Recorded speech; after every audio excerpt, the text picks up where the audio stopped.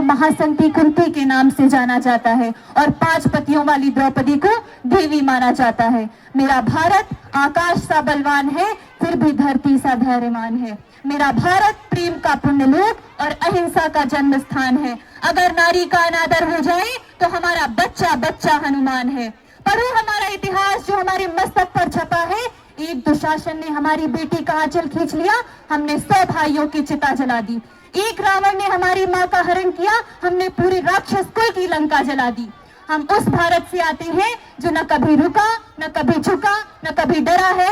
हम उस भारत से आते हैं जो वीरता की वसुंधरा है। हम उस भारत से आते हैं जो शांति का पहला शंखनाद और मानवता का अंतिम आसरा है।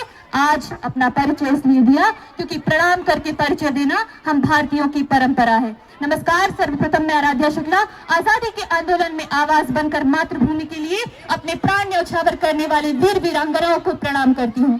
परम आदरणीय प्राचार्य महोदय, सम्मानित शिक्षकगण एवं मेरे प्रिय साथियों, आप सभी को स्वतंत्रता दिवस की हार्दिक शुभकामनाएं। भारत एक ऐसा शब्द जिसको सुनकर हर भारतवासी के मन मस्तिष्क में गर्व, उत्साह एवं प्रेम की अनुभूति होती है। उत्तरम यत् समुद्र से हिमाद्री शैव दक्षिणम वर्षम तद भारतम नाम भारती यत्र संतति। भारत की उत्तरी छोर पर हिमालय पर्वत इसकी सुरक्षा में तत्पर है तथा दक्षिण में हिंद महासागर मां भारती के चरणों की वंदना कर रहा है। अटल जी ने कहा था, भारत कोई भूमि का टुकड़ा नहीं, यह जीता जागता राष्ट्र पुरुष है। यह वंदन की धरती है, अभिनंदन की धरती है। यह अर्पण की भूमि है, तर्पण की भूमि है। इसकी नदी नदी गंगा है, इसका कंकड़ कंकड़ हमारे लिए शंकर है। हम जिएंगे तो इस भारत के लिए और मरेंगे तो इस भारत के लिए। और इस मरने के पश्चात भी कोई हमारी अस्थियों को कान लगाकर सुनेगा तो एक ही आवाज आएगी, भारत माता की जय। We, the people of India, not we the Hindu, we the Muslim, we the Punjabi, we the Sikh, we the Tamil, we the people of India. Today, standing here, I see a nation shaped by history.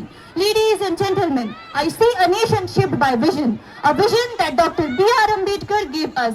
And India, the country where people from different regions, different backgrounds, different languages come together, not just to compete, but to coexist. Not just to contribute, but to stand for something larger than themselves. यह देश कई वर्षों तक अंग्रेजों का गुलाम रहा है। इस स्वतंत्रता से हमें 15 अगस्त 1947 को मुक्ति मिली। ये स्वतंत्रता हमें मुफ्त ही नहीं मिली है, इसके लिए कई महापुरुषों, क्रांतिकारियों ने अपने जीवन का बलिदान दिया है। पर आज उस आजादी का हम दुरुपयोग कर रहे हैं। हमारे देश में समस्याएं किस प्रकार की है कि ऐसी आजादी का क्या मतलब है। भीड़ बहुत है, शोर गजब है, सारी दुनिया बड़ी अजब है। एक दूसरे से सब पूछे आजादी का क्या मतलब है। राग द्वेष सब में तगड़ा है, गोरे काले का झगड़ा है। राग द्वेष सब में तगड़ा है, गोरे काले का झगड़ा है। तेरा मेरा मेरा तेरा ये मसला उठता जब तब है।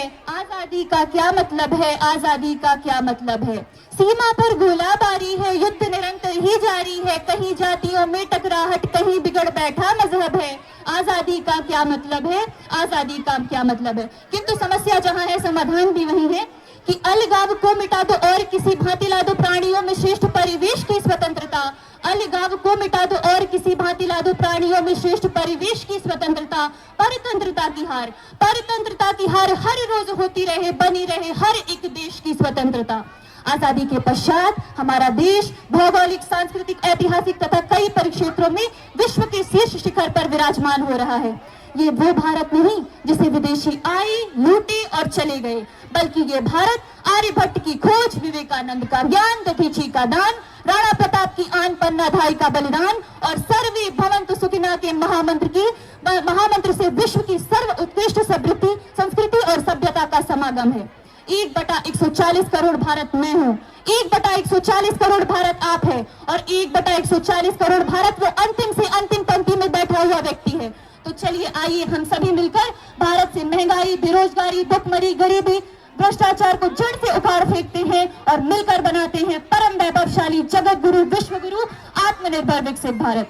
अंततः मैं उनको शब्द चढ़ाती हूँ, फूल नहीं है मेरे पास, मैं उनको शब्द चढ़ाती हूँ। हिंद जिनकी जान था, नाम हिंदुस्तानी जिनका मजहब हिंदुस्तान था।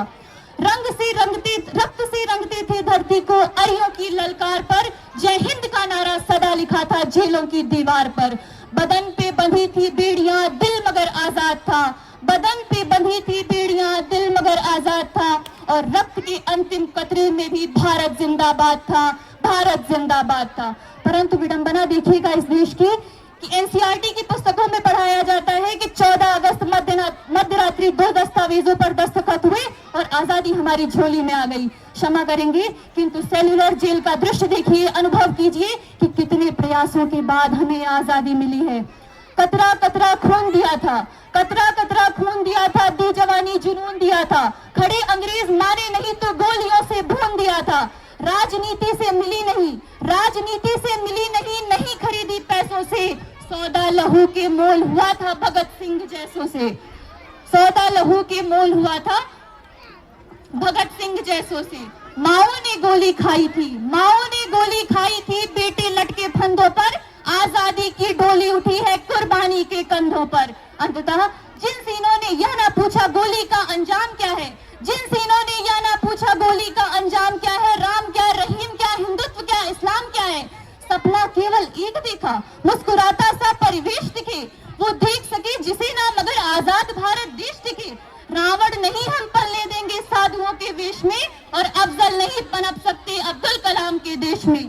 फौलादी हिंदुस्तान है ये, दुर्योधन की जांग नहीं, भगत सिंह की मिट्टी पर खालिस्तान की मांग नहीं। इतिहास में जो हो चुके हैं फिर वो पाप नहीं होने देंगे, 16 बार मोहम्मद गोरी हरगिज माफ नहीं होने देंगे।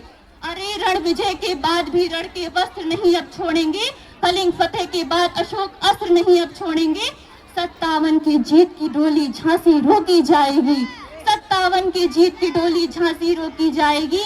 अब की बार भगत सिंह की फांसी रोकी जाएगी, और हिंदू मुस्लिम सिख ईसाई के शीश नहीं अब कटने देंगे, हिंदू मुस्लिम सिख ईसाई के शीश नहीं अब कटने देंगे।